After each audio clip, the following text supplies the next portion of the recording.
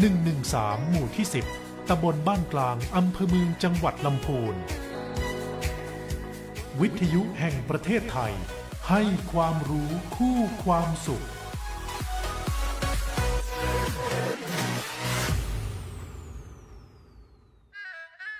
กราบก้มบังคมบาท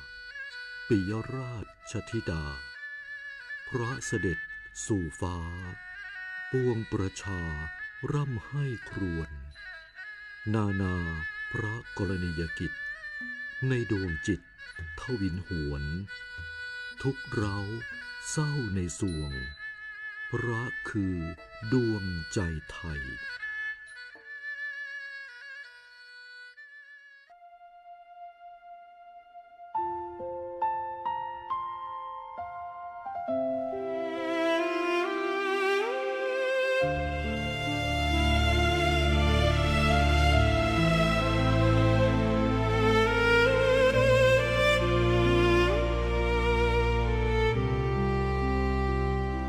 นเรนที่รานิราชแล้วนภาลัยโศกกันแสงทั่วไทยแผ่นฟ้าเทพยาวดีโนนาถกษัตราขวัญแผ่นดินดวงแก้วเสด็จดาวแดนสูงพระกรุณาที่คุณท่วมท้นนันเนกนันท์พระกรณียกิจผูกพันไพรฟ้าสละสุขอุตสาหะกูลเกื้อพ้องผสมเหล่าราชระลึกแล้วแสสงนิรันดร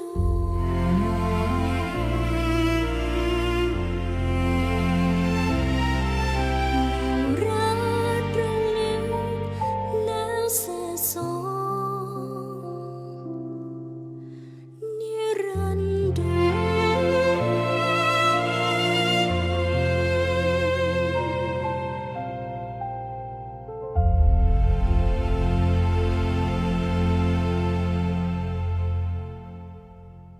มองไม่ชัดใช้ชีวิตลำบากหรือปวดเข่าเดินไม่สะดวกมานาน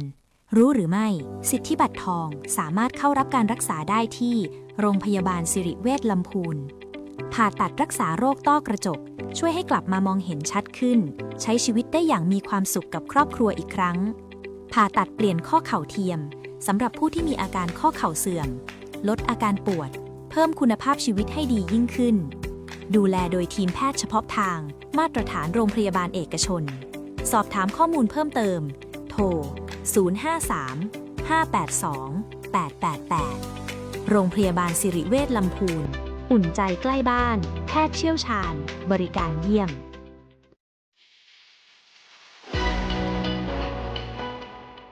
ท่านกำลังให้เกียรติติดตามรับฟังสถานีวิทยุกระจายเสียงแห่งประเทศไทยจังหวัดลำพูนส่งกระจายเสียงด้วยระบบ FM Stereo Multiplex ความถี่ 95 เมกะเฮิรตซ์จากอาคารห้องส่งเลขที่ 113 หมู่ที่ 10 ตำบลบ้านกลางอำเภอเมืองจังหวัดลำพูนวิทยุแห่งประเทศไทย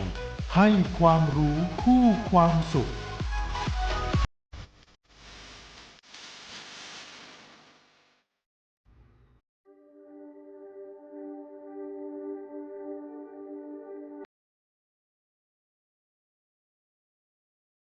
ท่านกำลังรับฟังการส่งกระจายเสียงจากสถานีวิทยุกระจายเสียงแห่งประเทศไทยจังหวัดลำพูน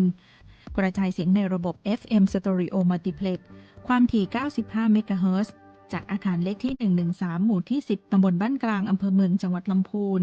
จากนี้ไปสถานีร่วมกับสภาทนายความจังหวัดลำพูนเสนอรายการกฎหมายน่ารู้ค่ะ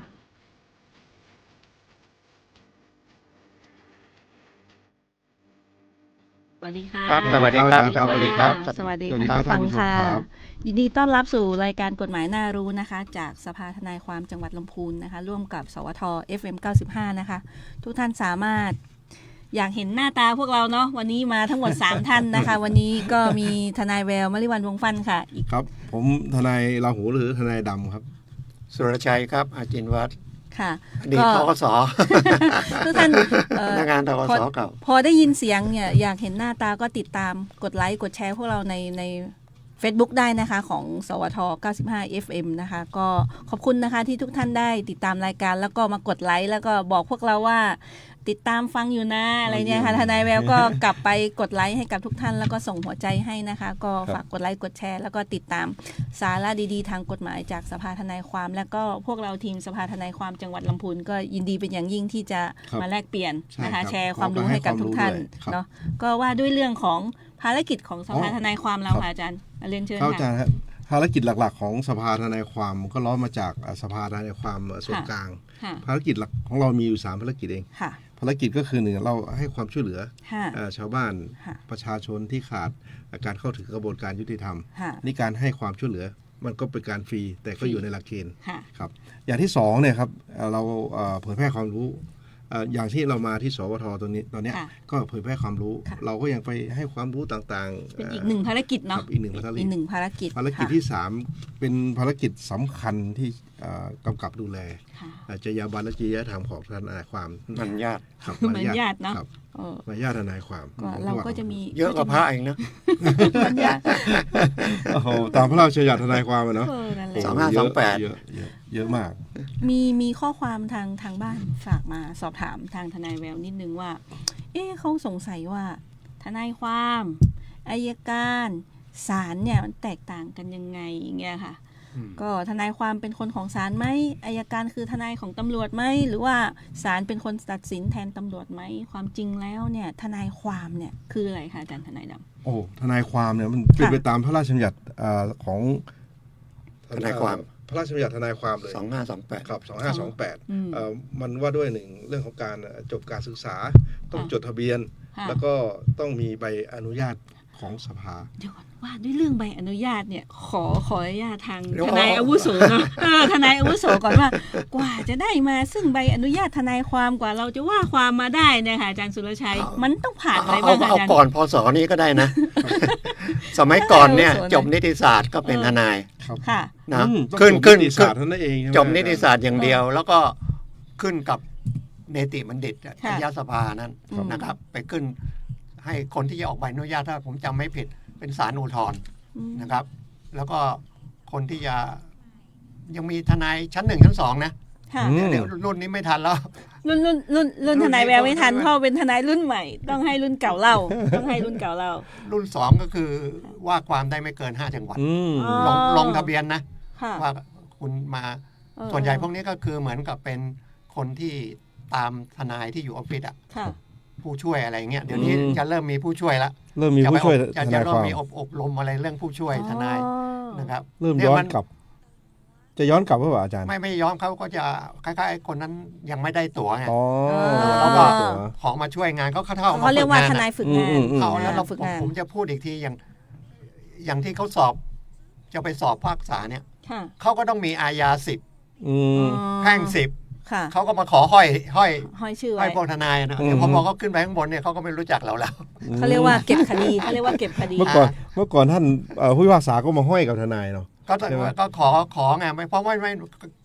ไม่มีอ่ะ ค่ะ ไม่มีคดี มันต้อง 10 คดีอ่ะ อ๋อเขาต้องผ่านหลักเกณฑ์ ไม่ต้องมี เก็บคดีด้วย ต้อง หลักเกณฑ์ที่จะขึ้น หลั ก็ กเกณฑ์ คือจะไปสอบได้ก็ต้องหมายว่าต้องมีหลักเกณฑ์ที่ อืม หลักเกณฑ์ในการ ที่ สอบ อาญาผ่านอาญา10 แพ่ง ค่ะ 10 ทีนี้ก็ไม่มีคดีหรอกคดีง่ายยังไง อืม ใช่ไหม หนึ่งมันต้องเป็นเรื่องความไว้วางใจมาก ค่ะ ที่สุดอย่างทีเขาก็เรียกหมอความใช่ไหม หมอความ หมอความ เคย ทนายก็คือหมอความ หมอความ หมอเลยนะ ค่ะหมอความ เราไปหาหมอเนี่ยถ้าเราไม่ไว้ใจหมอเนี่ย ค่ะ เราจะไปไหม ไม่ไปค่ะไม่ไป ถูกไหม ต้อง ไม่มี ต้อง ทางที่ ต้อง จะไป ต้องเป็นหมอ ต้องไปหาหมอ ผู้เชี่ยวชาญ เกิ ด้ว ด ย จากความเชื่อถือ ครับ แต่ทีเนี้ย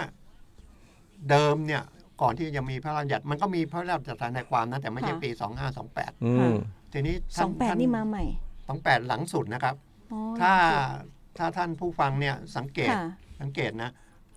เขาจะมีเลขข้างหน้า เป็นเลขทะเบียน ค่ะ อืม แล้วทับด้วยปี ค่ะ ถ้าปี 29 เนี่ย มันเป็นรุ่นแรกของเป็นทนายก่อน ก่อนที่จะออกพระราชบัญญัติ 29นี่นะคะ ฮะถ้าเป็นลงด้วย29แสดงว่าเขามีตัวทนายละ ขึ้นจากเนติบัณฑิต ถ้า57นี่ก็คือของใหม่แล้วเนาะ ของผมก็ไปเนี่ยก็เกือบจะถ้าแรกๆเลยถ้าไปอบรมก็ไม่ผ่านหมดอ่ะ 29รุ่น29พอ29เนี่ยมันต่อไปก็เป็นรุ่นที่1มันก็30เนาะ ค่ะ 30 31 32ประมาณรุ่น2รุ่น3เนี่ยไม่ได้อบรมสอบไม่ได้ อบรมสอบไม่ได้ มีความสามารถในการทำคดี แต่ถามว่าอะไรไปสอบข้อเขียนไม่ได้นะคนละเรื่องเลยนะ เหมือนคนสอบใบขับขี่เนี่ย ค่ะ ได้ใบขับขี่นะ ค่ะ ขับรถไม่เก่งก็ได้ อันตรายถูกไหม ครับ เหมือนกัน ผม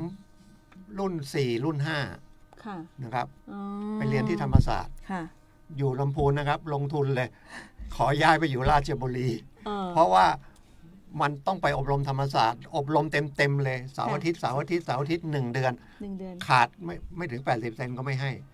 อันนี้ รุ่นอาจารย์ประมาณอะไรพวกนั้นอ่ะ อ๋อ เดี๋ยวนี้ไปเป็น อบรมนี่ยังต้องได้สอบไหม อบ คะ อบรมเสร็จ ค่ะ สอบข้อเขียน สอบข้อเขียน ผ่านไหม ค่ะ ถ้าผ่านอบรมปฏิบัติอีก6 เดือน 6 เดือนม ไปอยู่สำนักงานทนายความแต่พอดีผมอยู่ธนาคารเพื่อการเกษตรทกส ค่ะ เขาก็มีแต่ละจังหวัดเขามีทนาย อาจารย์ ผมก็ พูดถึงตอนนี้ผมยังสงสัยเนาะ ครับ อย่างผมจบรัฐศาสตร์เนี่ยผมยังเป็นทนายได้ไหมเนี่ย หืม อ้าวมีข้อจำกัดไม่ต้องจบอะไรมา ไม่ต้องจบ ย่า นิ เย ติศาสตร์ อ๋อต้องจบนิติศาสตร์อย่างเดียวเท่านั้น รัฐศาสตร์ไม่ได้ จบแพทย์ก็ไม่ได้นะ อ๋ ค อ รับ จบแพทย์ไม่ได้ จบ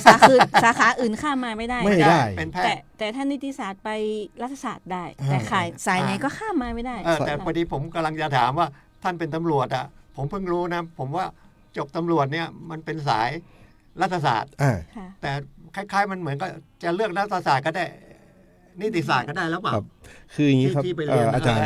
ผมอันนี้ เออ ผมติด อันนี้ ใจ ความ ผม รู้ให ติ ม่ ดใจ ความรู้ใหม่ ของ แล้ว ตำรวจเนี่ยจะมีด้วยกันหลายสายด้วยกัน ใช่ อ่า ค่ะ สายที่มาของรัฐศาสตร์ ค่ะ อย่างเช่นรัฐ การปกครอง สถาปนศาสตร์ การปกครองก็จะพวกทางนักเรียนในร้อย ค่ะ ที่จบสายโดยตรง ค่ะ อืม เวลาเขาจบปริญญามาเขาจะโทษเขาจบหลักสูตรมาเขาจะได้รัฐศาสตร์ ค่ะ โอเค อันนี้ ครับ อีก ใช่ สาย ใช่ อีกแต่รัฐศาสตร์ของเขานะเขาสามารถที่จะอัพเข้ามาเป็นนิติศาสตร์ได้เพราะว่ามันจะมีหน่วยกิต มันตัวเลขเยอะ ครับ มันจะมีการเก็บหน่วยกิต ไอ้วิชาเยอะ วิชาด้านกฎหมายมีเยอะ มาเรียน เขาสามารถเรียนเสริมอีกหน่อยเขาก็ได้ นิติศาสตร์ อย่างผมนี่มาจากเขาเรียกว่าเมื่อก่อนสมัยก่อนเขาเรียกว่านบลบคือนิติศาสตร์ทางปริญญาทางมหาวิทยาลัย อืม ก็ผมมาสายงานคืองานสอบสวน ค่ะ งานสอบสวนเขาจะรับแต่นิติศาสตร์ นิติศาสตร์ ครับ อืม นิติศาสตร์หรือ เนี่ เน ย ติ เป็นค บั วา ณ มรู้ ฑิต นะ ครับ ค่ะ เนติบัณฑิตนี่มาจากสายงานสอบสวนครับ อ๋อ มีอีกสายงานหนึ่งไม่จำเป็นต้องจบรัฐศาสตร์ ค่ะ หรืออะไรก็ได้จบธุรการคือสายฝ่ายอำนวยการ อ๋อ ฝ่ายการเงินฝ่ายอะไรพวกนั้นอีกอันหนึ่ง อืม แต่ เป็นที่มา ฝ่ายทั่วๆไป ครับเขาก็จะรับอย่างถ้าเกิดเป็นกรณีของนอกจากนักเรียนในร้อยเขาก็นักบุคคลภายนอกเข้ามาบรรจุเป็นข้าราชการระดับ หมอ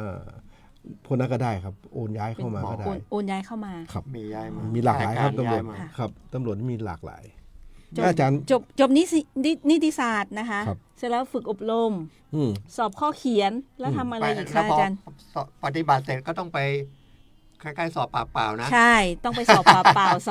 มัยทนายแววนี่มีสอบเปล่าๆ ก็จับข้อสอบเขา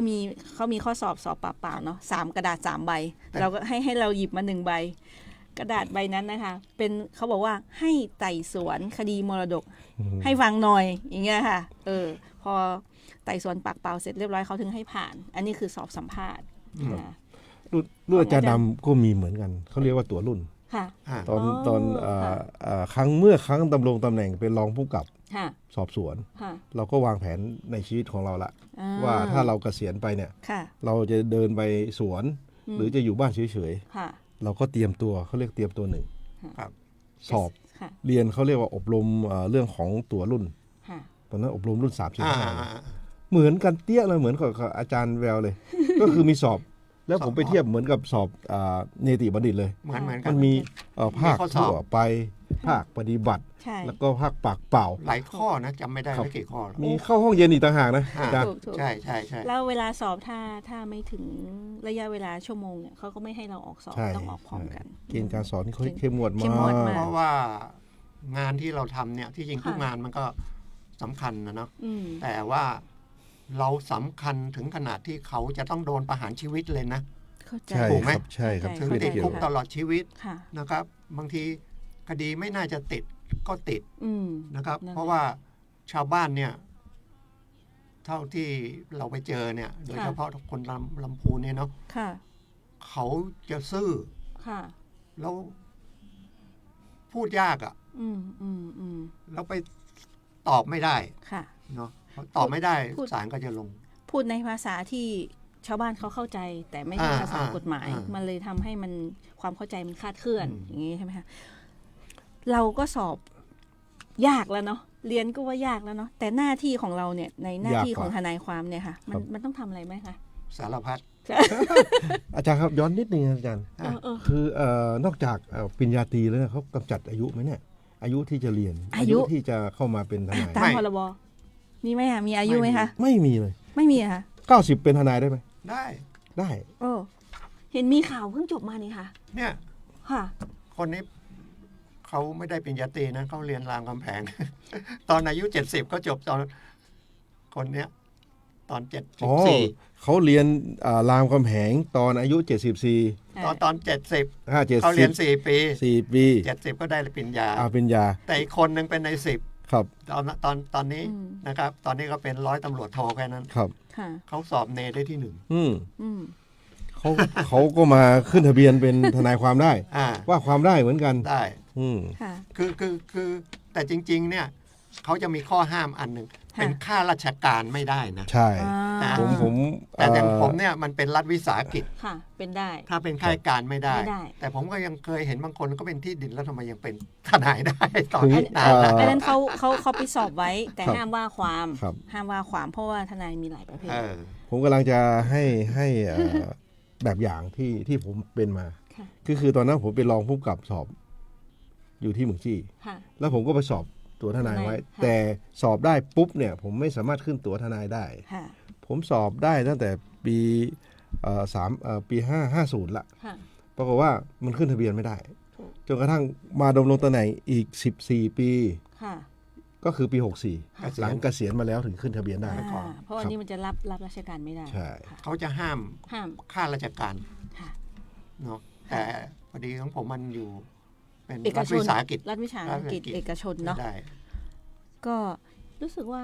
อายุต่ำกว่า 20 เป็นทนายความไม่ได้ แล้วก็เขาจะมีเกณฑ์ เกณฑ์ 20หรือ 20 25ไม่รู้ 20 นะไม่แน่ใจ ค่ะ แล้ว 20 มี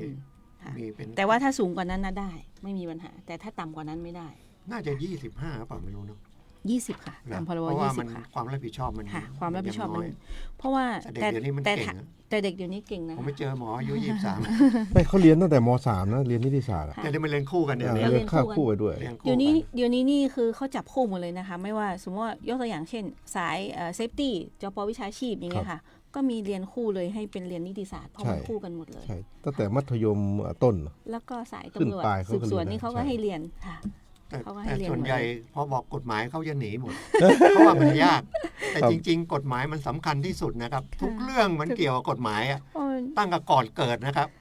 เออ ใช่ไหม ใช่ค่ะ ไปจดทะเบียนสมรสใช่ไหม จดทะเบียนสมรส ก่อนเกิดนี่ไง ลูกยังไม่เกิดเลยพอเกิดมาต้องไปแจ้ง ไปแจ้งเกิดอีก ก็เป็นข้อกฎหมายนะ ไปแจ้ง ถ้าไม่ได้คนก็ผิดอีก ค่ะ ไปต้อง แจ้ง ไม่มี กี่วัน สัมม กี่วัน โน อะไรไม่รู้ ครัวต้องมีสถานที่เกิดเนาะ เออ มันสำคัญ แจ้งตายอ่ะ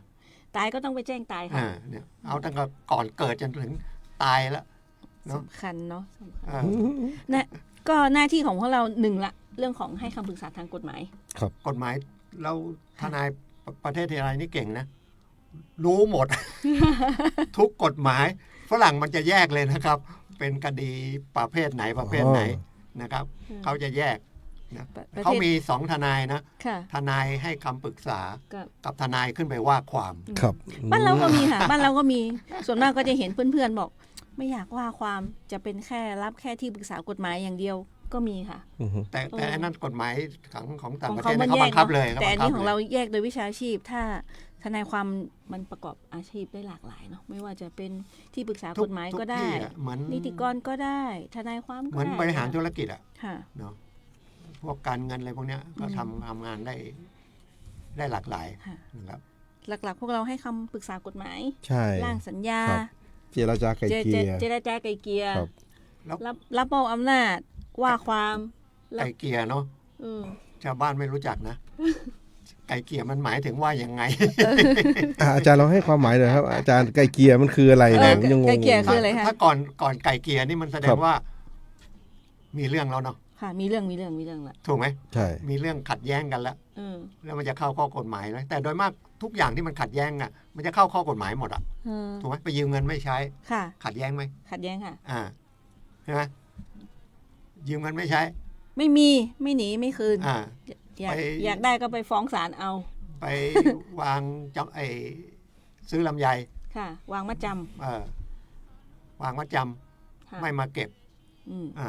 พอจะมาเก็บเจ้าของเก็บไปแล้ว ค่ะ เลยเวลาไปแล้ว เลยเวลาไปแล้ว มีเรื่อง มีเรื่องกันอีก พอมีเรื่องขัดแย้งกันทุกเรื่องเลยนะครับ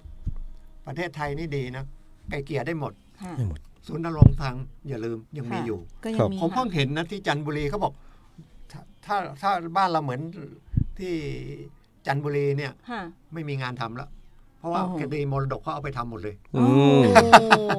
คือเขาเอาไปศูนย์ดำรงธรรมเลยแล้วก็ไปทำเลยอะ อืม แล้ว ครับ เข้าไปที่เขาทำให้เลย ค่ะ เออ โอ้ ทนายเราก็ไม่มีอะไรกินละ นะครับกระบวนการไกลเกลี่ยเนี่ย อาจารย์นึกภาพออกไหมครับว่ามันเริ่มมาอยู่จุดไหนบ้าง มันมีมาตลอดละ มีมาตลอด เพราะว่าอย่างทนายเนี่ยจริงๆ ค่ะ สมัยก่อนมันก็เรียกทนาย5 หอ อือฮึ 5 หอ ครับ เฉพาะว่า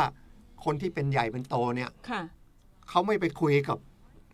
ถูกไหม ครับ ถู ไม่ กไหม มาคุยครับ เจ้าเจ้าคุณอะไรเนี่ยไปชาวบ้านไม่ ค่ะ ต้องมาผ่านทนายก่อน อ๋อเขาเรียกทนายหน้าหอ เรียกทนายฮะหน้าหอ นี่เพิ่งเคยได้ยินเห เป็ มื น อนกัน ไม่เคยเลยเอาไปอ่านหนังสือเยอะๆเลย วัยรุ่นจะไม่ค่อยเลอะ เราคนเป็นสมัยใหม่ละอาจารย์เขาเก่า เราเป็นคนสมัยใหม่ อืม สมัยใหม่กับสมัยเก่าต้อง เสร็จ ต้อง แล้ว ฟังผู้มี พอ ประสบการณ์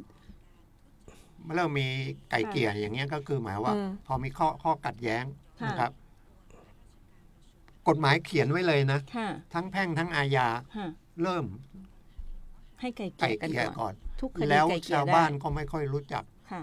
ที่ศาลเขาก็บอกว่าก่อนเป็นคดีให้ไปไก่เกลี่ย อืม เนาะแต่มันมีข้อ หรือว่าโดนฟ้องออนไลน์มา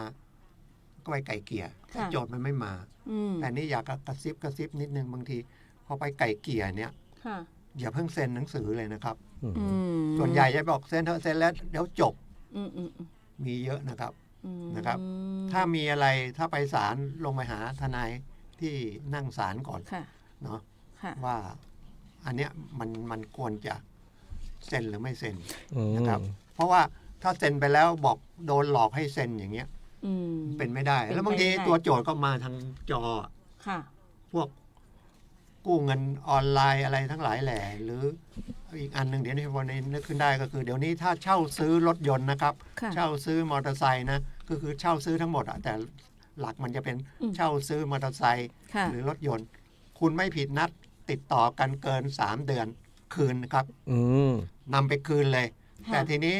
ไปคืนขอให้เขาทำหนังสือ ค่ะ ถ้าไม่แน่ใจไปโรงพักขอบันทึกแล้วก็เรียกเจ้าไอ้คนไฟแนนซ์มาเอารถที่โรงพักเลย ขอขึ้นรถได้เหรอ สำคัญ คะ ลยคืนไม่ต้องเสียค่าส่วนต่าง ค่ะ สมัยก่อนมันฟ้องค่าส่วนต่างคำว่าฟ้องค่าส่วนต่างคือ สมัยก่อนนี่ยึดรถไปต้องเอาไปขาย ค่ะ ถูกไหม ค่ะ แล้วมันไปขายสมมติว่ารถ100,000มันขาย 30,000 ค่ะ เพราะว่าไม่มีใครซื้อ ครับ เสร็จแล้วเอามาเอาเราอีก 70,000 นี่มาฟ้ มา อง เอา เอา จาก ส่ เรา วน เต็ม ต่าง เลย แต่นี่ไม่มีแล้วนะครับ แต่ถ้าสมม แต่ ติ ต้อง ว่า เอาไปคืน แต่ถ้าสมมติว่าเราผ่อนมา3 เดือนติดกันเนี่ย ไม่ 5 เดือน 6 ห้าม เดือน ห้ามผิดนะ ไม่ผิดนัดเลย แล้วเราเอารถไปคืน ใช่ เขา ใช่ไม่ได้ก็ไปคืนเลย เอาไปคืนเลยผ่อนต่อไม่ได้เอาไปคืน ถ้าเขาไปขายเดี๋ยวนี้เขาก็จะดูว่า อืม ต่ำหรือ ต่ำหรือสูง สูง แล้วถ้าเขา เพ เอา ราะส่วนใหญ่จะไม่ ไปจอดหน้าร้านแล้วเขาไม่รับคืนไปล่ะ ไม่ได้ อย่างนั้นไม่ได้ อ่า ถึงบอกว่ามาคืนที่โรงพัก แล้วก็ทำเป็นหนังสือ ต้องมาคืนที่โรงพักอีก ไม่ถ้าโรงพักมันต้องมีพนักงานสอบสวนบันทึกไงว่า เอารถมา เอารถมา ทะเบียนนี้ทำไมนี้มาแล้ว ก็ แต่ มา จ รับ ริง ที่โรง ๆถ้า พัก เขาก็จะเอาหมดแหละครับ ไม่ใช่ว่าไปแล้วเขาก็ไม่รับหรอกนะครับ แต่ผมบอกอีกอันหนึ่ง อือฮึ ซื้อรถนะครับ ค่ะ ซื้อที่ห้าง ค่ะ ห้างหมายว่าโตโยต้า ค่ะ ฮอนด้าอีซูซู อ่า อะไรพวกเนี้ยอย่าซื้อ รถเต็นท์มือสองที่เป็นเอกชน อันนี้ฝากไว้นิดหนึง อันนี้ต้องเป็นรถ นะครับ มือหนึ่งของมือหนึ่งที่เราซื้อมาเลยถึงจะทำเคส แล้ว อย่าง มี นี้ได้ ปัญหาได้ อ่า เพราะว่าบางทีมันมีเคสเยอะบาง ค่ะ ทีไปเอาที่เต็นท์เนี่ย อืม บางทีคนมันก็เอารถไปไว้เต็นท์ ค่ะ ขออภัยนะครับ เรื่องรถเต็นท์ก็คือเอกชนเนี่ยเนาะ ค่ะ บางทีเอาไปจำน อืมเข้าใจอยู่ ำแล้วบางทีพอถึงเวลาจำนำผมเคยเคสเลย ไปเอาคืนไม่ได้ อืมค่ะ เงินแค่20,000ไม่ได้คืน ค่ะ แล้วผมยังบอกทำไมไม่ไปให้ตำรวจไปช่วย เสร็จแล้วเขาไอ้บริษัทเนี่ย เดี๋ยวนี้มันไม่บังลายนะอันนี้เจอเลย เขาไม่ฟ้องแพ่ง ค่ะ มันเสียค่าใช้จ่ายเยอะ ค่ะ และโอกาส ได้คืนน้อย ได้คืนน้อย น้อย ค่ะ ครับ เขาฟ้องอาญายักยอกเลย อ๋อ ผมเจอมาเลยขึ้นเจอมาปั๊บ ยัด เราบอกให้มันไม่ถูก ค่ะ แล้วก็สงสารไอ้คนนั้นน่ะไอ้เด็กคนนั้นน่ะ ผู้หญิงด้วย ก็ไปเช่าอีซู ค่ะ รถใหม่ ไม่รู้อะไรไม่มีความรู้อะ อืม แล้วเวลาผ่อนไม่ได้เขาก็ไปคืน ค่ะ ไปคืน แฟนก็ไม่รู้เรื่อง ค่ะ ไปคืน อืม คืนเขามาฟ้องแทนที่จะฟ้อง อ่า ผิดสัญญานะ ค่ะ ก็ไปฟ้องยักยอก ยัดยอก ก็อันนี้อีกหนึ่งหน้าที่ของเรา คำยักยอกเนี่ยมันเป็นคดีอะไร คดีอาญาค่ะ คดียามันกับคดีแพ่งต่างยังไง แพ่งก็เป็นเงินสิคะอาญาก็ติดคุกสิคะ นั่นน่ะเพราะว่าบางทีชาวบ้านไม่เข้าใจเนาะ ค่ะ ไม่เข้าใจ ทำไมแพ่งถ้าเป็นคดีแพ่งนะมาเจอผมบางทีผมไม่อยากไม่เป็นสมมติว่า เออ จำนองที่ ค่ะ เป็นหนี้เยอะ ค่ะ เนาะ เออ คุณคุยไม่รู้เรื่อง บอกคุณอยู่ไปเถอะไม่ต้องไปใช้ เก็บตังค์ไว้ แล้วค่อยไปเจรจาที่หลัง ถามว่าเดี๋ยวนี้มีการซื้อขายที่ดินง่ายหรือยาก ยึดไปแล้วขายได้ง่ายหรือยาก ยากไม่มีใครซื้อที่ดินแล้วตอนนี้ ทำไมอะคะ มันไม่มีสตังค์อะ เศรษฐกิจไม่ให้อาจารย์ เศรษฐกิจมันไม่ ครับ ให้ อืม ใช่ไหม ค่ะ ซื้อสมมติว่าอยู่บ้านไปซื้อบ้านจัดสรรหลังหนึ่ง อ่า ก็อยู่ไปสิ ค่ะ ขายได้เมื่อไหร่ก็ว่ากัน ว่ากันไป แล้วไม่ใช่ว่าเขาบังคับคดีแล้ว บังคับคดีก็ยาก ผมวันนั้นเสียเวลา1 วันเลยนะ ค่ะ ผม บังคับคดีอะ คืออย่างนี้อาจารย์ เราพูดถึงไก่เกลี่ยนะผมขอสรุปเลยว่าไก่เกลี่ยได้มีหลายระดับอาจารย์ ค่ะ ตั้งแต่ฝ่ายปกครองก็คือกำนันผู้ใหญ่บ้านมาแล้ว เออ ถ้าเข้ามาตำรวจก็ไก่เกลี่ยได้นะ ค่ะ ไกลเกลี่ยได้หมด ครับได้หมด แล้วก็อย่างที่อาจารย์พูด เลย ศูนย์ดำรงธรรมก็ไก่เกลี่ยได้ แล้วจริง เอ่อ ๆ ผมอยากจะฝากนิดนึงนะสภาทนายความเนี่ย ผมอยากให้ไม่รู้นะลองไปคุยกับอำเภอนี่ว่าตอนที่ประชุมกำนันผู้ใหญ่บ้านเนี่ย เราไปให้ข้อกฎหมายเขาหน่อยได้ไหม เป็นนโยบายของ เป็นนโยบาย ท่าน ข ป อง ระธาน เรา เลย ใช่ ท่านประธานสภา เพราะ กับ ว่า ผมอะ เพราะหลวงบ้านไม่มี ครับ ความรู้น้อยมากเลย ครับ พูดค่อยๆนะ เป็นเขาเรียกว่าเป็นการเผยแพร่ความรู้ของส่วนของสภาทนายความจังหวัด ค่ะ ลำพูนเหมือนกัน ที่เราจะก้าวล่วงไปให้ความรู้แล้วก็ไปเป็น ขอก็สัก ครับ 30 นาทีเลย เขาประชุมครับอาจารย์ เขามีการประชุม ครับ แล้วก็กำนันผู้ใหญ่บ้านจังหวัดลำพูน เขาประกาศชุดเดือนอ่ะ ครับ มันมีทุกเดือนเนาะ ค ที่ รับ ฝ่ายสภาทนายความ เขาก็ไปรับนโยบายอะไรไง ใช่ ให้ความรู้ ใช่ ร่วมกับบังคับคดี ใช่ ไหมคะแล้วก็ให้ความรู้กับกำนันผู้ใหญ่บ้าน ครับ เรื่องของการไกลเกลี่ย เรากำลังจะก้าวล่วงไปที่วันที่เขาประชุม อืม อืม แล้วก็เราก็จะเสนอตัวเข้าไปว่าเราขอเวลาสัก 5 นาทีหรือ 10 นาทีก็ได้ถ้าเขาให้เรา เอาเรื่องที่ดินเนี่ยง่าย ๆ อย่างเงี้ย ค่ะเนาะ ครอบครองปรปักษ์มันก็ยากเนาะ อาจารย์ครับ บุกลุกอย่างนี้ก็ยาก ก เนาะ ระบวนการไก่เกลี่ยเนี่ยมีในชั้นศาลไหมอาจารย์ มีค่ะ มีนะ มีนะ ทุกชั้นเลย ทุกชั้น ผมกำลังบอกว่านอกจากตำรวจนอกจากฝ่ายปกครอง ฝ่ายปกครอง ศูนย์ดำรงธรรม มีศา ศาล ล แล้วยังมีอีกไหมอาจารย์ มีบังคับคดีก็ ใช่ มีค่ะ มีบังคับคดีอีก คือถ้า มี เจรจากัน มีทุกชั้ มัน นเลย ต่างคนต่างเสียน้อยนะ ครับ ค่ะ เสียหายน้อยนะครับ ครับ ถ้าต่างคนต่างจะเอาเนี่ย มันจะเสียหายเยอะ ครับ เรื่องไกลเกลี่ยเนี่ยก็เป็นหนึ่งหน้าที่ของ ใช่ ทนายความ ทนายความครับ นะคะ นี่เราพูดถึงหน้าที่ของเรา หน้า หน้าที่ที่ ของ สาม หน้าที่ที่สามของเราก็คือเรื่องของไกลเกลี่ย ครับ ก็เป็นหนึ่งในหน้าที่หลักๆ ของทนายความ ครับ เลยนะคะ เรื่องของการ แต่ไก่เกลียเติมนิดเนาะ ค่ะ คุยแล้วเอาเรื่องจิตวิทยา หรือเรื่องธรรมะธรรมโมเข้ามาก่อน ค่ะ กระตุ้นเขาให้ เออ เขาสติขึ้นมาได้ก่อน อืม ว่า มันไม่เหมือนกับที่คุณวิตกจริตอ่ะ ค่ะ อืม เป็นลูกหนี้จริง ๆ ถ้ามาเจอผมทีไรนะ ผมจะถามเลย คุณเดือดร้อนเรื่องอะไรเอาเงินเข้ามาแล้วใช้ไม่ได้ เงินใครครับ เงินเจ้าหนี้โอ้ผมเป็นเจ้าหนี้อ่ะผมปวดกระบาลที่สุดเลยผมตามหนี้ไม่ได้เลย แล้วคุณจะเดือดร้อนเรื่องไง คุณไปคุยกับเขาถูกไหม อาจารย์แววค เจ้า รับ หนี้ต้องเสียต้องใช่ไหมเจ้าหนี้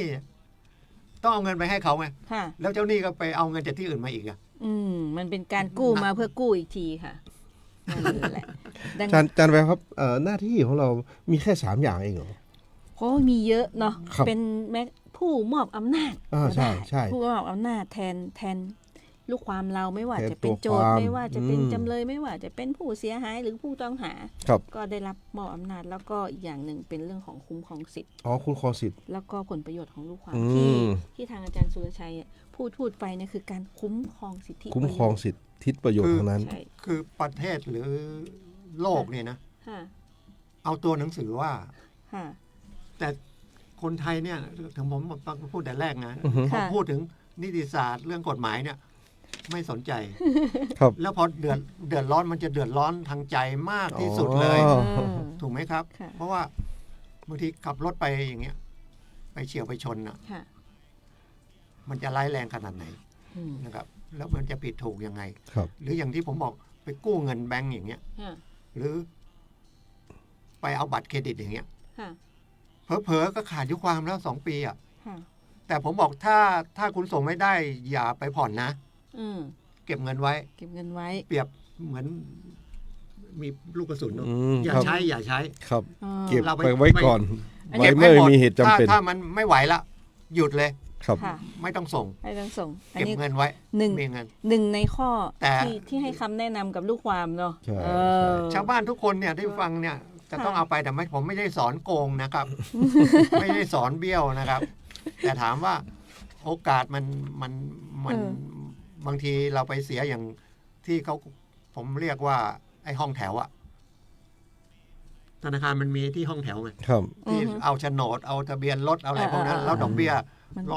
120อะ เยอะ จริง ๆ กฎหมายก็บังคับไว้แล้วเรื่องอัตราดอกเบี้ยห้ามเกิน ค่ะ นะครับ อืม ห้ามเกิน ร้อย 115 ละ15 ปล่อยกู้เงินเนี่ย ค่ะ แล้ว เอ๊ะ ฉัน อาจารย์ครับ ผมเพิ่งมาเป็นทนาย ไม่ราศีทนายยังไม่จับ ผมมีข้อสงสัยอยู่เรื่องหนึง ครับ หน้าที่หลักของเรามีอันหนึ่งที่ว่าความแทนลูกความเนี่ยมัน ค่ะ หมายความว่าไงอาจารย์ เป็นตัวแทนลูกความ อ๋อเป็นตัวแทนลูกความ เป็นตัวแทนลูกความ หนึ่งไปเจอลูกความใช่ไหม ครับ เขาเดือดร้อนเรื่องอะไรเป็นแพ่งเอา อืม เขาว่าเงินกู้ ค่ะ เป็นเจ้าหนี้ อืม กู้ไม่ได้ไปทวงหนี้ไม่ได้ ครับ ค่ะ ก็มาหาทนาย อืม อืม เพ ครับ ราะว่าจะต้องบังคับทาง ไปบังคับไปข่มขู่อย่างนั้นไม่ได้เนาะ ครับ ใช่ไหมสมัย เขามี ก่อนหมวกกันน็อก กฎหมาย อ่ะเดี๋ยวนี้ไม่ เขา มี มี แล้ว กฎ เนาะ หมายทวงหนี้ ครับ อยู่ อ่า เราแทนเขาทั้งหมดเลย อ่า ทำแทนหมดเลย ในใบแต่งทนายจะมีเลย ค่ะ เขียนเลยว่า ให้ทำกระบวนการอะไรทั้งหลายแหล่เลย ไม่ได้เอาใบ ทนาย ใบแต่งทนายมา ครับ มันจะมีแล้ว ค่ะ ไม่ต้องไปฆ่าอะไรทั้งทิ้งอ่ะให้มันมีเต็มไปหมด เต็มไปหมด ราได้ทำ เพื่อ ให้หม จะ ด ได้มีสิทธิ มัน และห คว น้า บ ที่ คุมแล้ว มัน ครับ ครอบคลุ ผม ม ละ แล้วตั้งแต่ นะไก่เกลียก็ได้ เกลียร์ ยิน ฟ้อง ทำยอมความอะไรก็ได้ทำ รับ ให้ เงิ นั้น หมด แทนอะไร รับ ได้ เงิ หมด นแทนอะไรได้หมดนะครับ ตั้งแต่ชั้นต้น อุทธร ชั้นต้ ณ์ น ฎีกา อุทธรณ์ฎีกาได้หมด ค่ะ ผ ได้ ม หมด เคยไป เลย รับเงินเขา300,000 หรือ 250,000เนี่ย อื้อหือ ผู้หญิงเขาไปติดพระแล้วก็ให้เงินพระ ค่ะ กู้ไป500,000 อื ไปมา บอกจะผ่อนใช้ไม่ผ่อนเหลือ200,000 อันนี้อาจารย์แวว ฟ้องเลย อาจารย์แววพอจะสรุปได้ไหมครับว่าทนายความเนี่ยความง่ายๆของมันคืออะไร ที่เป็นบทดิ้งสำคัญมันคำว่าทนายความเนี่ยมันคืออะไร ผู้แทน อ่า อ่ะ ผู้แทนของใครครับ ผู้แทนของใคร ของ คะ ผู้ที่ตั้งเราเป็นทนาย คือประชา ผู้แท ช น น ของประชาช ครั น บ คนตั้งมันจะมีโจทย์ตั้งก็ได้ ไม่ โจ ว่า ทย์ จะ ก็ เป็น มี โจทย์ก็ได้จำเลย มันไม่มีโจทย์มีจำเลยก็ได้อย่างคดีมรดก ผู้ อ เสีย ย่างเงี้ย หาย ผู้เสียหายก็ได้ ผู้ต้องหา ผู้เสียหายได้หมด อ๋อ ค่ะ นะครับ คือความหมายก็คือเราเป็นผู้แทนของประชาชน แท ใช่ น ค่ะ ที่เรามีความรู้ใน ครับ เรื่องกฎหมาย ค่ะ ครับ นะครับ อันนี้หัวใจ แม้ สำ แต่ คัญเลย ถ้า ท ผม นายความ ผมเป็นทนาย ค่ะ แล้วผมโดนคดี ค่ะ ผมก็ต้องจ้างทนาย หรือว่าต้องหาเพื่อนทนายคนไป ครับ เพราะว่าถ้าเราไปทำเองบางทีมันมองอีกมุมไม่ได้นะ ค ค รั รับ บ อันนี้คือ ครับ คำว่าทนายความ ครับ แต่อยากจะถามนิดนึงค่ะ ตอนนี้ทนายมันมีหลากหลายมากคำว่าทนายอาสาคือใครคะอาจารย์ ก็ชื่อมันก็บอกแล้วอาสา โอ้มันมีหน้าที่อะไรคะทนายอาสา ช่วยไง ก่อน ช่วย จะ ไม่มีสตังค์ ก่อนจะเป็นทนายอาสาเนี่ยค่ะทนายอาสาเนี่ยทำหน้าที่อยู่ศาลก็มีใช่ไหมคะทนายอาจารย์สุรชัยก็ไปที่ศาลโรงพักก็มีทนายอาสาเนี่ยเป็นใครคะ ให้คำปรึกษาครั้งแรกก่อน อ่า อาสาคือช่วยเหลือ ค่ะ ด้านกฎหมาย ค่ะ นะครับ ด้านกฎหมาย ค่ะ นะครับ แล้วที่เราไปนั่งโรงพักเนี่ย ค่ะ ไปหาผลประโยชน์ไม่ได้นะ ค่ะ ไม่ใช่คุยไปคุยมาเดี๋ยวผมทำ แล้วมันแตกต่างจากหน้าที่ทนายความทั่วไปที่เราว่านี่กันยังไงคะระหว่างทนายอา คำว่า สา ทั่วไปคำว่า ค่ะ มันหน้าที่ไม่แตกต่างกัน ค่ะ แต่ความรับผิดชอบ อืม จะว่าแตกต่างหรือไม่แตกต่าง แต่ในเงื่อนไขอย่างสภาทนายความให้เราไปนั่งที่โรงพัก ค่ะ ถูกไหม ค่ะ เรามีหน้าที่ให้คำปรึกษา ค่ะ ไปหาผลประโยชน์ไม่ได้เขาบอก ว่า ให้ ความไม่ได้ ไปรับ ไปรับคดี เป็นลูกความเราไม่ได้ รับเป็นลูกความเราไม่ได้ ไม่ได้ อ่า นะครับ ถูกต้อง เพราะว่าถ้าไปอย่างเงี้ยมันถือว่า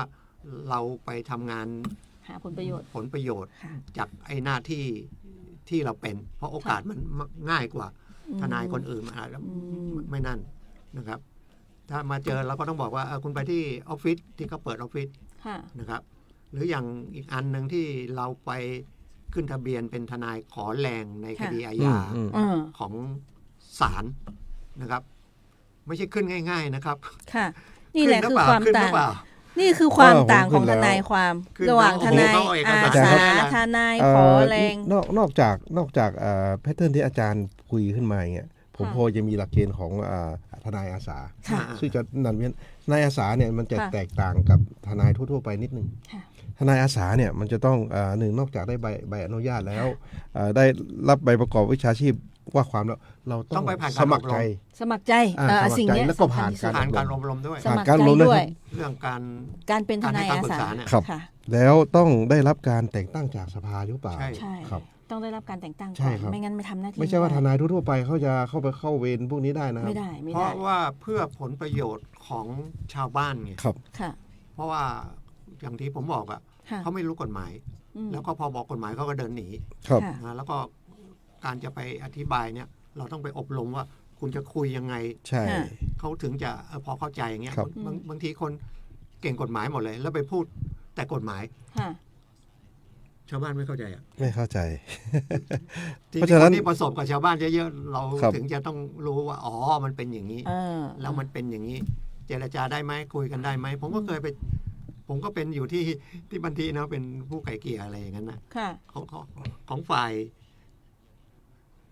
ปกครองเขามีไก่ ครับ เกลี่ย ใช่ครับ นะครับ ฝ่ายปกครองมีไกลเก ท ลี่ย นายอาสาอาจารย์ไม่ได้มาง่ายๆ มันต้องผ่านการอบรม มีการส ต้อง อ ไป บ อบรมโอ้โห มีการเทส ใช่ ทุกอย่างมันต้อง สอบ ผ่านนะครับ หลายวิชาการนะค ล่า รับ สุดนี่จัดที่เชียงใหม่วันสงกรานต์ มันหลายวิชาการนะอาจารย์ หลายวิชา สอบไม่ผ่านก็ไม่ได้ใบนะอาจาร ถาม ย์ ว่า ไม่ได้ ท่านมีเงินซื้อรถยนต์น่ะ อือฮึ แล้วทำไมต้องไปสอบแบบเขาขี่อ่ะ เขาไม่ได้ห่วงคุณเลยนะครับ ไม่ใช่ห่วงเจ้าของรถ นะ นะก็ห่วงคนที่ในกระบวนการ ผู้ใช้รถ เดิน ใช้ถ ทาง นน เหมือน ครับ เหมือนกับอาจารย์กำลังเปรียบเทียบว่าเขาห่วงคนที่จะมาปรึกษาเรา อยู่ในถนนเดียวกันน่ะ ใช่ เนาะคุณขับรถได้จะขึ้นถนน คุณต้องไปสอบ ไม่ใช่ใครจะไปนั่งก็ได้ ถ้าไม่มีความรู้ ท จ นายก็ ริง ต้อง ๆ ไป ไป นั่ง สอบ ไม่ได้ ใช่ครับ อืม แล้วไม่คนจะมานั่งทนายที่ปรึกษาอย่างนั้นต้อง5 ปีมั้งถ้าผม ครับ จำไม่ผิด ค่ะ ต้อง5 ปีค่ะ อาจารย์แล้วการให้คำปรึกษาที่ทนายอาสาเนี่ย ค่ะ ชาวบ้านทั่วๆไปต้องเสียค่าใช้จ่ายไหม ไม่มี ไม่ ไม่ มี มีค่าใช้จ่าย คำว่าอาสานี่ก็คืออาสา อาสาก็คือฟรีตลอด ฟรี ฟรี แล้วทำไมทนายที่ไปนั่งเนี่ยเขาอาสาไปแล้วเขามีอะไรที่เป็นการบริการเขาค่าน้ำมูกน้ำมันเขามาไกลนี่เขาจะมีอะไรไหมใครเป็นคนจ่ายให้เขา บางทีชาวบ้านเขาแต่ที่ลำพูนผมไม่เคยเจอนะคำว่าจะไม่เคยเจอที่ผมเคยก็คือ ผมอยู่ราชบุรีแล้วผมไปช่วยคดีขอแรงเนี่ยโดยที่ไม่รู้เรื่องเลยนะ อาสาเนี่ พ ย อคดีเสร็จเขาเอาซองใส่ให้ผมว่าเอ๊ะซองอะไร มีตังค์ตั้ง 2,000 นะ ตามมารยาท นานแล้วปี ตามมารยาทกับ แต่ ระเบียบของสภาทนายอาสาเขาก็ห้ามรับนะอาจารย์ เขาห้าม รับไม่ได้ เพราะว่าอะไรรู้ป่ะ เขาห้ามรับ ผมอยากเสริมนิดนึงเพราะว่าสภาทนายความเนี่ย ค่ะ เขาเป็นผู้จ่ายเป็นค่า มัน ผู้ เป็น ดูแล มันมี เขามี น ค่านั่งเวรให้ ค่านั่งเวรอยู่แล้ว สภาทนายความอ่ะ มีค่าใช้จ่ายให้อยู่แล้ว เขาจะมีค่าใช้จ่ายให้ส่วนหนึ่ง ใช่ ของให้ งั้น ท ชาวน าย บ้าน อาสา ชาวบ้านที่ไปปรึกษาก็ไม่ต้องจ่าย ไม่ต้องจ่าย ไม่ ไม่ ต้ ต้ อ อง ง จ่าย เกรงใจนะคะ ไม่ต้องเกรงใจเลย เห็น ปรึก ท ษา นาย เรื่ นั่ง อง นั่งอยู่ที่โต๊ะแล้วมาให้คำปรึกษาเรื่องกฎหมายไม่ต้องเกรงใจ ครับ เพราะว่าพวกเราทำตามหน้าที่ทนายอาสา ใช่ ค่ะ แล้วก็มีค่าใช้จ่ายจากสภาทนายความ ใช่ ให้ ครับ เป็นค่านั่งเวรให้นะคะ ซึ่งตอนแรกผมก็บอกว่าทนายขอแรงเนี่ยเนาะผมก็คิดว่าเป็นทนายขอแรงจริง ๆ นะ ผมไม่เคยไปเบิกเลย แล้วสมัยก่อนเบิกยากมากเลยไอ้เรื่องทำเอกสารเบิกเนี่ยผมก็ไม่ค่อยชอบจะทำอะ อัน ผม นี้ ก็ทำให้จริงๆ อันนี้ ะ คือทนายอาสาที่นั่ง ที่ นั่ง ที่เป็น ที่ ขึ้น โรง ทะเบี พั ย ก นไว้ที่ แต่ ไอ้ที่โรงพักก็ด้วย หมายถึงที่ขึ้นที่ศาลด้วย แต่อีกอันนึงมันคือคำว่าทนายอาสา ครับ ต่างจากทนายขอแรงยังไงคะที่อาจารย์คุย ข เนี่ อย ขอ ค่ะ คำว่าขอแรงนี่ก็คือเป็นท ข นา อย แรง ที่ ค่ะ อันนี้ ขอแรงเนี่ยจะใช้ใน ข ตอ อน แรง ไหน ก็คือทนายมีแรงเยอะ อาจารย์จะติดตลก ที่จะเลอะ ไม่ใช่ครับทนายขอแรงเนี่ย ทนายขอแรง เป็น ต่างจากทนายอาสายังไง ทนาย คะ อาสาต้องผ่านการอบรม ค่ะ ทนายขอแรงเนี่ยเขาจะอยู่ที่ประจำที่ศาล ใช่ ใช่ เป็น ตาม เฉพาะ ที่ศาล คดีอะไรคะ มัน คดีอาญา ครับ ใช่ เฉพาะคดีอาญาถูกต้องไหมคะแล้วใครจะเป็นคนแต่งตั้งคะ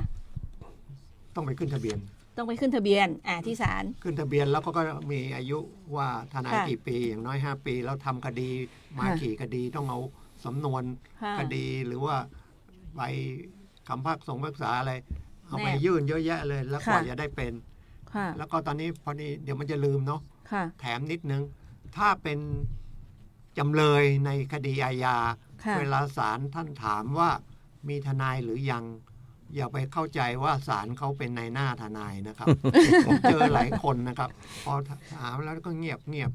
นะครับ บอกไม่มีทนายคือเป็นคดีจำเลยเนี่ยประเทศไทยนี่ดีนะ ตกเป็นจำเลยคดีอาญาเนี่ย ค่ะ ทนายฟรี ศา ศาลตั้งให้ ค่ะ นะครับ มีบางคนฉลาดตั้ง อืม เขาก็รู้ว่าเขาทุจริตแต่เป็นคดีอาญาอาจจะไป อืม ช่อโกงเขาไม่ ค่ะ ไปจ้างทนายก็ไปขอศาล ค่ะ ตั้ง เพราะเป็นจำเลย ค่ะ จำเลย ยกเว้นคดีที่คดีอาญานี่มันขึ้นศาลได้ เอาว่า2 ทาง ค่ะ แจ้งโรงพัก ค่ะ อัยการฟ้อง ค่ะ อันหนึ่งอันนี้เป็นตามระบบไป ค่ะ 2 ฟ้องเอง อืม ฟ้องเองก็ไต่สวน ค่ะ ศาลสั่ง ค่ะ แล้วสมัยก่อนเนี่ยศาลจะไต่สวนเนี่ย ส่วนใหญ่ อันนี้จำเลยก็ไม่ไป ค่ะ ส่วนใหญ่จะจำเลยไม่ไป แล้วศาลโดยมากก็จะสั่งว่ามีมูล อืม เพราะผมโดนเองเลย อืม ผมโดนคดีเช็ค ค่ะ นะครับ ๆ จ่ายเช็ค แล้วจริง ๆ ก็เชียงใหม่แลนด์รู้จักไหมที่เชียงใหม่นะ ค่ะ รู้จักค่ะ ครับ เพื่อนมารับเหมา แล้วพอดีผมมีความรู้เรื่องรับเหมา แล้วก็ไฟใจเขาบอกให้ไป เออ ไปช่วยดูงานด้วย แล้วทีนี้มันดูงานมันเป็นเพื่อนกันรักกันมากเรียนหนังสืออะไรด้วยกัน ค่ะ ซีกันมาก เออ บอกให้มึงไปเปิดบัญชี เออ แล้วเราไปเชื่อ คุยแป๊บๆ เชื่อของ ใกล้จะหมดเวลา คุย เชื่อ ใกล้ เชื่อ แต่อีกนิดนึง เชื่อไอ้สิ่งของก่อสร้างอะไรทั้งหมด ครั อะ บ แล้วผมก็เขียนเช็คไงแล้วมันหมุนไม่ทันมันเลย อ๋ เด้ง อ เลยเด้ง เด้ง ก็เลย แค่นั้น อาจารย์ไว้ครับ เออ ที่อาจารย์เขาพูดอ่ะศาลเป็นคนแต่งตั้งเนี่ยทนายขอแรงนี่เป็นทนายของศาลไหม ของศาล ของศาลแต่งตั้งนี้เขาจะต้องทำ ขอ ตาม แรงนะ คำสั่งทำตามคำสั่งศาล ไม่ใช่ ไม่ใช่เนาะ ไม่ใช่ เป็น ท อา นาย ชีพ ของ อิสระครับ อ๋อเป็นอิสระ ทนาย อ่า นะครับ ทนายก็ยังเป็ ไม่ น ได้ ทนาย เกี่ยวกับ แต่ ไม่ได้เกี่ยวกับศาลสั่งมา ไม่ ทำยังไงก็ทำอย่างนั้นไม่ใช่เนาะ ไม่ได้ ไม่ได้ ถ้าสั่งอย่างนั้นก็โดนทั้งคู่นะครับ คือทนายจะมีอิสระของเขา ค่ะ ถึงแม้ ตามวิ จะ ชาชีพ ใช้คำว่าขอแรง ข มา อแรงค่ะ แต่คนจ่ายค่าทนายคือใคร แต่ค่า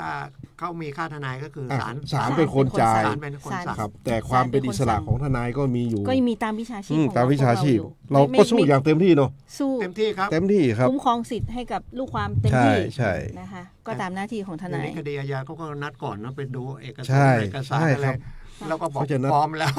ให้ นัด พ พร้ บ อม ท เลย นายก่อน ให้พบทนายก่อน ใช่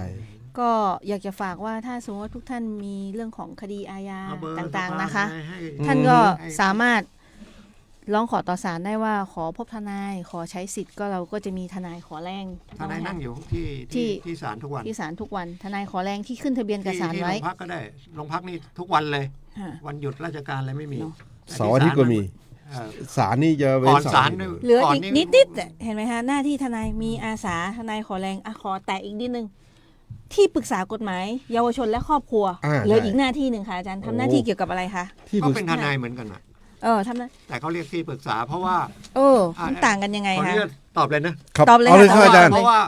ศาลคดีเยาวชนและครอบครัวเนี่ยมัน ค่ะ เป็นพวกเยาวชนและครอบครัวเป็นเด็ก ครับ ขึ้นไปไม่ใส่คุยนะครับ ค่ะ เพราะว่าเขากลัวเด็กตกใจ ใช่ ครับ ผู้พิพากษาก็ไม่ใส่คุยเขาก็เลยเรียกที่ปรึกษากฎหมาย ครับ ค่ะ เนาะมันก็เป็นทนายนั่นแหละแต่ ครับ เขาเรียกที่ปรึกษากฎหมาย อืม คือ นะ ครับ หน้า ไป ที่ ว่า นี้ ความแทน ค่ะอ่า อ่า ก็ ตอบยัง ตอบแล้วค่อนข้างจะ หน้าที่ ชัดไหมชัดไหม ที่ปรึกษากฎหมายก็จะเป็นเรื่องของสิทธิหน้าที่ทางกฎหมาย ครับ เรื่องของการดำเนินคดี ไปปรึกษาที่โรงพักเนี่ย ค่ะ ก็อีกเรื่องหนึ่ง เออ ให้ความรู้ทางกฎหมาย มัน รับเป็นทนายไม่ได้นะครั ครับ ก็เลยว่าย กเว้นผ่านไปหลายเดือนแล้วมาเจอกัน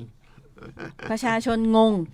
ทนายอิ เยอะ สระทนายความ เอาว่าทนาย ต่ อ อย่าง มา เดียว เจอ แล้วกัน ทนายอาสา ทนายขอแรงอีก เจอทนายขอแรงอีก แล้วมาเจอที่ปรึกษากฎหมายอีก แล้วมันคือทนายไหมทั้งหมดทั้งมวลเนี่ย เป็น โดยสรุป ทนาย ก็คือทนายความนะคะ มีความ แต่ รู้ อีกคนนึง นิติศาสตร์ห ผม ด ขอแตะอีกคนนึง เอออ อาจารย์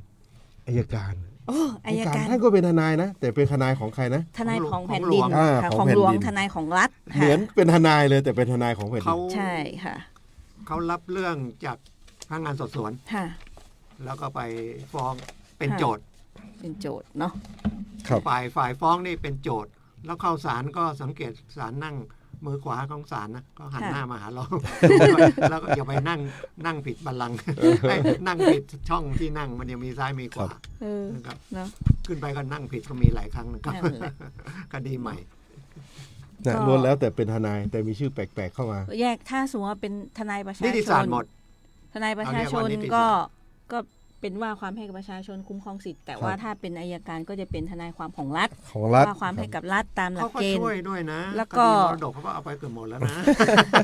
แล้วก็มี งั้นงานบริการ เ ของพชอัยการ บริการให้กับภาคประชาชนตาม ครับ นโย เขา บายข จะ อง มี ภาครัฐ เอานิดนึง เนอะ อัยการคุ้มครองสิทธิ์นะครับ ใช่ครับ ให้อธิบดีเขาโอเคมากเลย แล้วก็ของลำพูนนี่เป็นผู้หญิงคนได้ที่หนึ่งของประเทศนะครับ อืม ค่ะ คุ้มครองสิทธิ์ อ๋อ ลำพูน เนาะ ท่าน เยี่ยม อะไรประโมทวัดหรืออะไรเนี่ย ครับ เก่งมาก เห็น โอ มี เค เว เว ลา ลา น้อย แป๊บเวลาน้อย หม เนาะ ดแล้วอาจารย์ มันพูดมันก็ยัง ไม่ช้า ก็ฝากทุกท่านไว้นะคะว่าถ้าเขาเรียกว่ามี เอาเบอร์ ข้อ เบอร์สภา ข้อ ให้ ปัญหานะคะหรือว่าไปหาใครไม่เจอสอบถามใครไม่เจอก็มาหาพวกเราได้ที่สภาทนายความ ครับ ก็ไปหาทนายอาสาที่โรงพักนะคะ ครับ ไม่ว่าจะเป็นในเมืองสถานีตำรวจที่ แล้วเมื่อไหร่ นิ มัน ค จะ ม มีมากขึ้นมาอีก เนาะ ก็ทางสภาก็จะพยายามขยายเรื่อยๆ เรา แล้ว ข ก็ ยาย ทางศาลก็มี เห็น นะ ขอ คะ ไปก็ยังไม่ได้นะ ครับ ก็ อ๋อต้องปี 70 อาจารย์ ค่ะ มาแน่นอน วันนี้ท่านอาจารย์มีทางท่านรองมีอะไรจะฝากกับท่านได้ฟังไว้บ้างคะ ของผมอ่ะจะไม่ค่อยมีแต่อาจารย์เข้ามาใหม่เนี่ยน่าจะมีเยอะกว่าเขาฝากนิดนึงอาจารย์ว่า ใน อืม ทนาย ส ภา ภา อา ท วุ นา โส ยความ ค่ะ นี่ไปหายากมากเลยนะครับ สำนักงานนะ ต้องระวังขับรถดีๆ มันต้องไปลอดไอ้สะพาน ค่ะ สะพานที่ข้าม สะพานต่างระดับครับ สะพานต่างระดับ แล้วอ้อมไปทางนั้นเป็นหมู่บ้านอะไรนะ ค่ะ หมู่บ้าน กรีน Green ปาร์ค กินปลา ปาร์ค ปาร์คค่ะหมู่บ้านจีนปาร์ค ไปที่โรงพักอะง่าย ค่ะ นะที่นิคมกับที่กองเมือง ครับ นะครับ แล้วก็